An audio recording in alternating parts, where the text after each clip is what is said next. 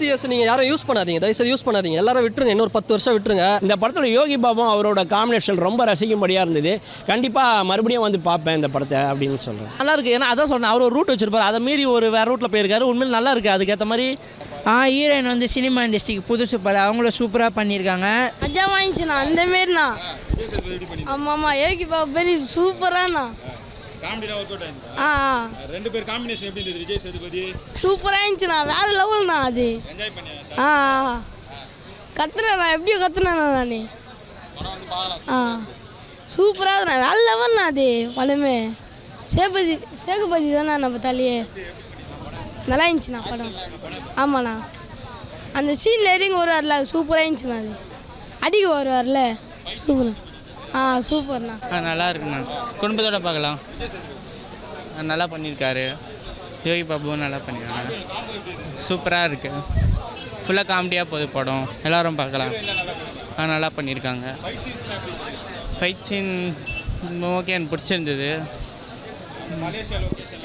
நல்லா இருந்தது. ஃபேமிலியாக பார்க்கலாம். விஜய் சேதுபதி சூப்பராக பண்ணியிருக்காரு. நீங்கள் புதுசாக பார்க்கலாம் அவரை. நல்லா இருக்குது படம்.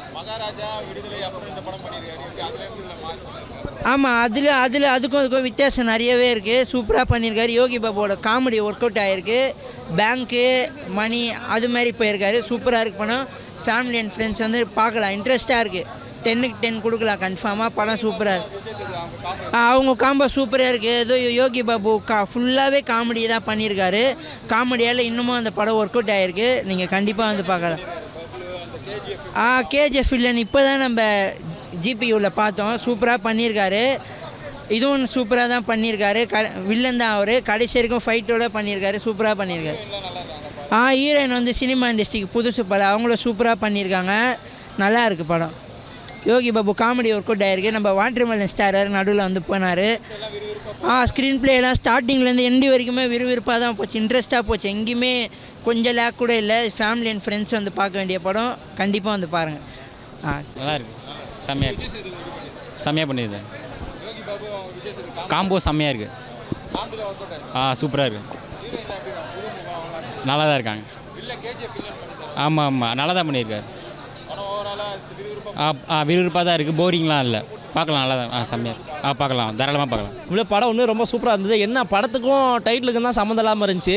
ஓகே, எதுக்காகடா ஏசுன்னு வச்சாங்கன்னு எனக்கு ஒன்று ஒரு வேளை கிறிஸ்டின் அப்பா ஏதோ காட்டுவாங்கன்னு நினச்சேன். ஆனால் உண்மையிலே அதை மீறி உண்மையிலே விஜய் சேதுபதி சூப்பராக கலக்கியிருக்காரு. யோகி பாபு காமெடி அவரும் உண்மையிலே நல்லா கலக்கியிருக்காங்க, நல்லா பண்ணியிருக்காங்க. அது இல்லாமல் விஜய் சேதுபதி ஒரு ரூட் வச்சிருப்பார், இந்த ரூட்டில் தான் போகணுன்ட்டு. அதை மீறி ஒரு குறுக்கு ரூட்டில் போயிருக்காரு. உண்மையிலே நல்லா ஒர்க் கூட இருக்குது, நல்லா இருக்குது, பார்க்கலாம். நல்லா இருக்குது. ஏன்னா அதான் சொன்னேன், அவர் ஒரு ரூட் வச்சிருப்பார், அதை மீறி ஒரு வேறு ரூட்டில் போயிருக்காரு. உண்மையில் நல்லா இருக்குது. அதுக்கேற்ற மாதிரி பலனாக இருக்குது. அது இல்லாமல் யோகி பாபுவோட காமெடி தான் படத்தில் ஹைலைட். ஏன்னா ஒரு சில இடத்துல ரிப்பீட் காமெடியாக இருந்தாலுமே ஓகே, அவர் பண்ணுற விஷயங்கள் நம்ம ஆல்ரெடி அவர் வந்தாலே நம்ம பார்த்தா சிரிச்சிருவோம். அந்த மாதிரி பண்ணியிருக்காரு. நல்லா பெஸ்ட்டாக பண்ணியிருக்காரு. நல்லா இருக்குது. இல்லை, ஹீரோயின் அவ்வளோ எங்கேயுமே எனக்கு இது கனெக்ட் ஆகலை. ஏதோ வராங்க, அவங்களோட வேலைகளை பண்ணிட்டு போயிருக்காங்க. மற்றபடி ஹீரோயின் இருக்காங்க, அதை நானே ஒரு சேரீ கிட்ட சொன்னால் நானே கட்டி பண்ணுவாங்க. அந்த மாதிரி பண்ணியிருக்காங்க. அவங்களோட வேலையை நல்லா பண்ணியிருக்காங்க, அவ்வளோதான். ஐயா, அவர் நல்லா பண்ணியிருக்காரு. உண்மையிலே அவரோட ஆக்டிங் ரொம்ப நல்லா இருந்துச்சு. அதெல்லாம் ரியாலிட்டியாக அந்த சில விஷயங்கள் பார்க்கும்போலாம் அது கிளைமேக்ஸ்லாம் யோசிக்கவே முடியல. என்னடா எப்படியோ போகுது கதை, எப்படி தான் முடிப்பாங்கன்னு நினச்சோம். அந்த அளவுக்கு நல்லா ஃபினிஷ் பண்ணால் நல்லா இருந்தது படம். அதெல்லாம் உண்மையாக கனெக்ட் சூப்பராக. அந்த பேங்க் மேட்டர்லாம் பார்த்தீங்கன்னா ஆல்ரெடி நம்ம துணிவு படத்தெல்லாம் பார்த்துருப்போம். பேங்க் மேட்டர் அப்படியே எடுத்து எப்படிலாம் அதை மீறி ஒரு படி மேலே போய் சூப்பராக பண்ணியிருக்காங்க. நல்லா இருக்குது படம். கண்டிப்பாக 2.5 மணி நேரம் என்ஜாய் பண்ணணும் அப்படின்னா கண்டிப்பாக அந்த வந்து படத்தை பார்க்கலாம். கொடுத்த காசுக்கு ஒர்த்தபிளானது. ஓகே, படம் ஓகே, நல்லா இருக்குதுங்க. ஓகே, ஒன் டைம் வாட்சிங். ஆறுமுக குமார் வந்து நல்லா பண்ணியிருக்கிறாரு. எங்கள் அண்ணன் தான் தெரியுமே, அன்புக்கு தான் படம் கொடுப்பாரு. அவனோட கதைக்கோ திரும்ப அவரோட அதாவது பட கதையை கேட்டு அது நல்லா இருக்கா இது நல்லா இருக்கான்னு கொடுக்கறதுக்கெல்லாம் அந்த கதாநாயகன் கிடையாதுடா. அவர் வில்லனாக நடித்தா கூட அவரை திட்டுறதுக்கு ஆளே இல்லைடா. அதனால் அவன் அந்த டைரக்டர் வந்து அழுதுருப்பார். கண்டிப்பாக ஆளுங்க இல்லை. ஓகேவா, மலேசியாலே ஃபுல்லாகவே ஷூட்டிங்கு. யோகி பாபு தான் அவர் சொல்லிட்டாரு, நான் பேச வேணாம், டைலாக் பேச வேணாம், நான் நின்னாலே சிரிப்பாங்கன்னார்ல, அதுவே போதுமே. சூப்பரு. நல்லா இருக்குப்பா படம், பார்க்கலாம், வாட்சபிளான படம். இது என்ன சொல்கிறது, ஹீரோவாக என்னால் அவருக்கு நடிக்க தெரியல, டிஎஸ்பியில் நிறைய கலாச்சாங்க. மனிதன் இந்த படத்தில் கதை வந்து அவர் ஒரு பொண்ணுக்கு அப்பா அந்த வயசு ஏஜினாங்க. ஆனால் இதில் ஹீரோவாக நல்லாவே கலக்கியிருக்காரு. இன்றைக்கி இருக்கிற தமிழ் இண்டஸ்ட்ரியில் எல்லா ஜானரும் இறங்கி கலக்கிற ஒரே மனுஷன் யார் இருக்கிறான்னா அவன் விஜய் சேதுபதி பேர் தான் வந்து நிற்கும். அது விடுதலையாக இருக்கட்டும், வில்லனாக இருக்கட்டும், எந்த போர்ஷன் கொடுத்தாலும் அழகாக பண்ணுறாரு. இவர் கிடைச்சது நம்மளுக்கு பெரிய சந்தோஷம். இந்த படத்தில் யோகி பாபும் அவரோட காம்பினேஷன் ரொம்ப ரசிக்கும்படியாக இருந்தது. கண்டிப்பாக மறுபடியும் வந்து பார்ப்பேன் இந்த படத்தை அப்படின்னு சொல்கிறேன். ராபரி சீன்ஸ் தான் ரொம்ப அழகாக பண்ணியிருக்காங்க. அது என்ன சொல்லணுன்னா, நீங்கள் சதுரங்க வேட்டை மாதிரி இருக்கா இல்லை சூதுகவம் மாதிரி இருக்கான்னா அதெல்லாம் இல்லை. ஒரு புதுவிதமாக இருந்துக்கு, நல்லா இருக்குது, அது ரசிக்கும்படியாக இருக்குது. லாஸ்ட்டில் நாட் அவுக்கிறப்போ அது ஒத்துக்கிற மாதிரி இருந்தது. அதனால் இந்த படம் ரொம்ப பிடிச்சி. பப்ளுவில் நல்லா தான் நடிச்சிருக்காரு. பப்ளுவோட லாஸ்ட்டில் தொப்புளில் சுட்டதுனால செத்து போயிடுறாரு. படத்தோட கதை நல்லா இருந்தாலே உங்களை போட்டாலும் ஓடும், என்ன போட்டாலும் ஓடும். கதையும் நல்லா இருக்குது, பெரிய பெரிய ஹீரோஸும் இருக்காங்க, இப்போ நல்ல ஆளுங்களும் இருக்காங்க. அதனால் அவரையும் ரசிக்க முடியாது. இன்னும் ஒரு 2 வருஷம் தான் நடிக்க முடியும் அவரால், ரொம்ப வயசு ஆயிடுச்சுன்ற மாதிரி தோணும். படம் சூப்பராக இருக்குண்ணே, தரமாக இருக்குது. படம் சரியாக வந்திருக்கு. நான் வரும்போதே என்ன நினச்சேன், எனக்கு இந்த ட்ரெய்லர் பார்க்கும்போது இந்த ஜுங்கான்னு ஒரு படம் அது மாதிரி தான் இருக்கும் அப்படின்னு நினச்சேன். பார்த்தா உண்மையாகவே சூப்பராக இருக்குது. படம் தரமாக வந்திருக்கு. படத்தில் வந்து சாம் சிஎஸோட மியூசிக் பெரிய ப்ளஸ்ஸு, யோகி பாபு காமெடியோட பெரிய ப்ளஸ்ஸு. அது யோகி பாபு காமெடிக்காகவே வந்து இன்னொரு தடவை வந்து பார்க்கலாம், அந்தளவுக்கு சூப்பராக இருக்குது. நிறைய லாஜிக் மிஸ்டேக்லாம் இருக்குது. என்னடா மலேசியாவில் போலீஸே இருக்க மாட்டாங்களா, இவங்க பாட்டு எங்கெங்கேயோ சுற்றிட்டு இருக்காங்க, அந்த மாதிரிலாம் இருந்தது. பட் இதெல்லாம் வந்து ஒரு லாஜிக்கெலாம் தூக்கி போட்டு பார்த்தோம்னா ஒரு ஜாலியான படம். நீங்கள் ஒரு நானும் ரவுடி தான், ஒரு சூதுகவுமே, விஜய் சேதுபதி ஒரு பண்ணுற அந்த ஒரு நல்ல ஒரு இதெல்லாம் அப்படியே பார்த்துட்டு இருக்கலாம்.